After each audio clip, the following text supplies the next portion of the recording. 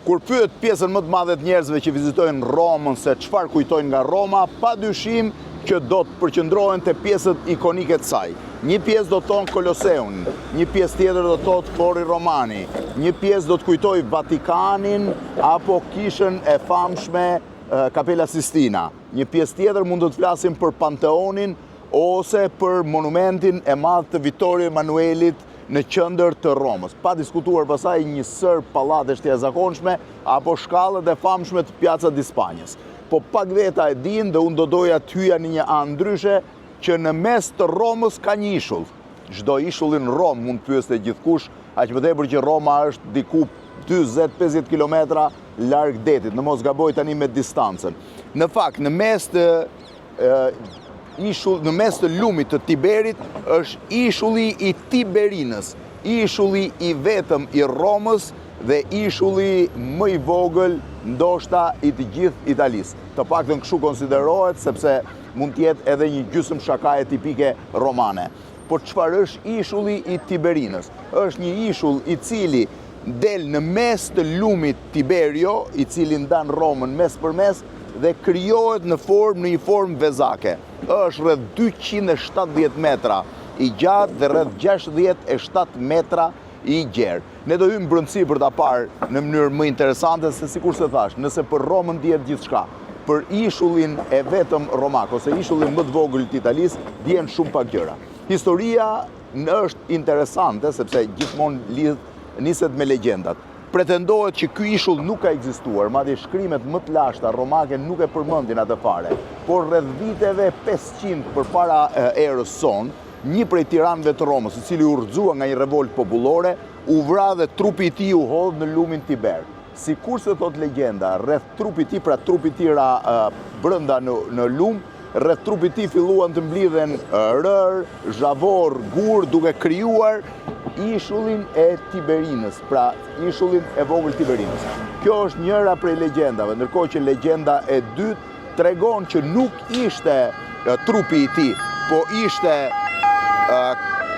drithrat, ushqimet dhe furnizimet që ai kishte të ruajtura në pallatin e tij në një kohë mizerje të plot që u hodhën në lum dhe krijuan këtë ishull. Natyrisht që legjenda mbetet legjendë, nuk mbaron aty.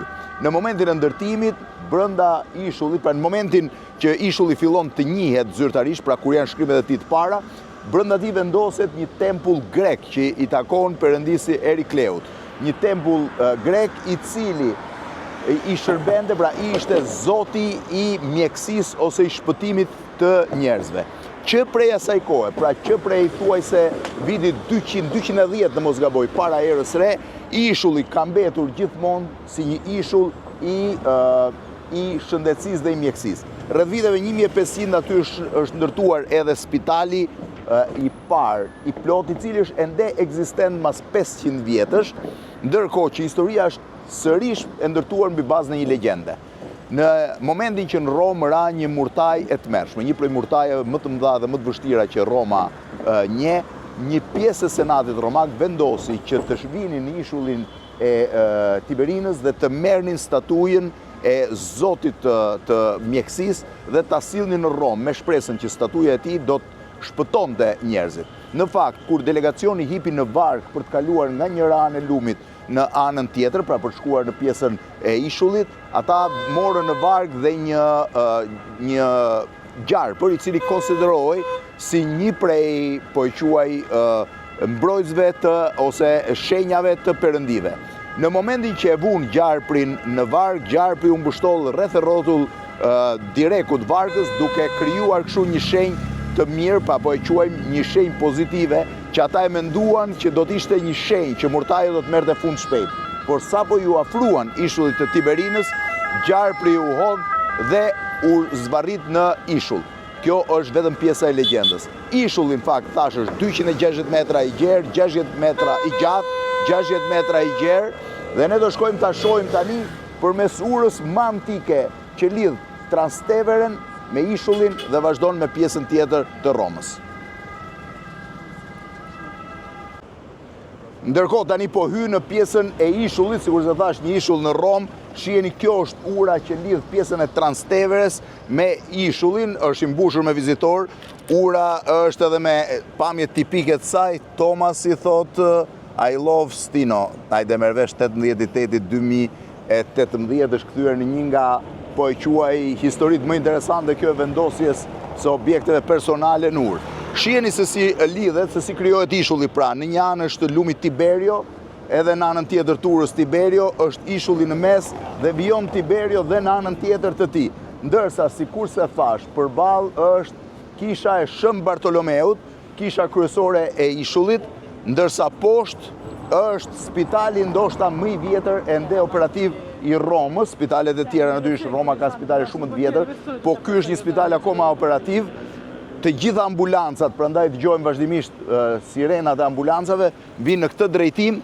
Ende sot, i krijuar në 1500, pra ende sot 500 ca vjet më mbrapa, është një spital operativ, pronto soccorso, të drejtim, ndërkohë që përballë është kisha e Shën Bartolomeut, e cila është një prej kishave të mëdha të Romës dhe po ashtu një prej kishave të vjetra, është rinovuar më pas, pra është rindërtuar më pas. Jemi në zemër të ishullit. Thash, një ishull në Romë për shumë veta është i pabesueshëm. Ja dhe shenja e Vatikanit.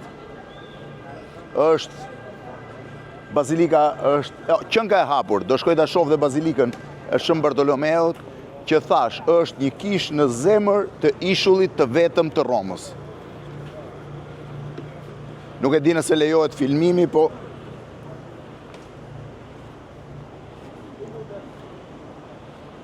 është e çuditshme se një ishull kaq të vogël mund të lejohen makinat. Isha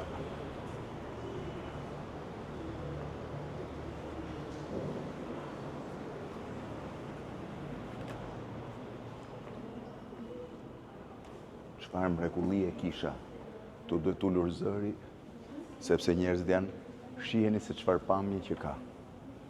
Shiheni pjesën e sipërme, pjesën e tavan, është një prej kishave të vjetra të Romës dhe kisha e vetme e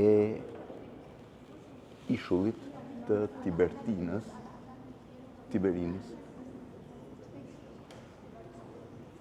Është e gjitha fantastike. Shiheni se çfarë freskësh ka në tavanet.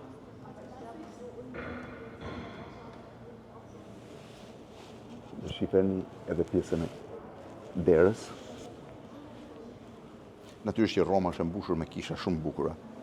Dhe është e vështirë të thuash se cila është më bukur se tjetra, por kjo padyshim është një kishë jashtëzakonisht interesante. Këtu i dedikohet martirëve të Azis, Oqeanis dhe lindjes së mesme, ndërsa këtu i dedikohet martirëve të Amerikave.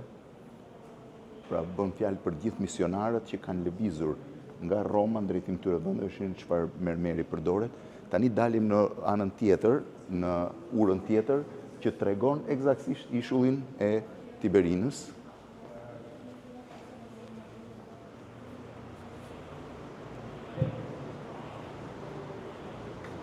Është portiku i jashtëm.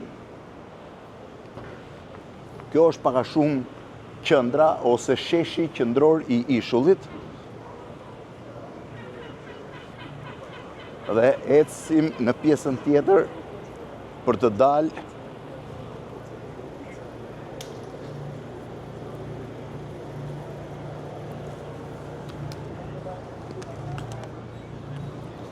tashti po i afrohem pjesës së urës.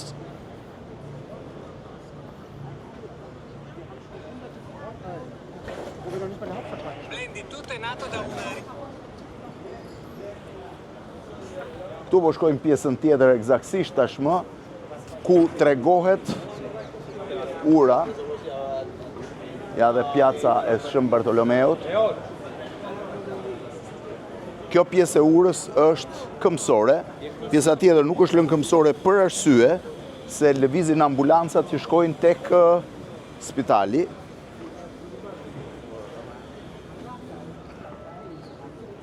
Ja dhe pjesa eksakte që tregon urën. Pra nëse vjen këtu dhe sheh përballë, duket ura e parë, ura e dytë, spitali dhe kisha e Shën Bartolomeut, që krijojnë ishullin e Tiberinës, ose ishulli Tiberit, që është një ishull në mes të Romës. Ishull në mes të Romës. Shumë veta vizitojnë Romën pjesën e tyre më landmark, por rrallë besoj vinë njerëz për të parë ishullin.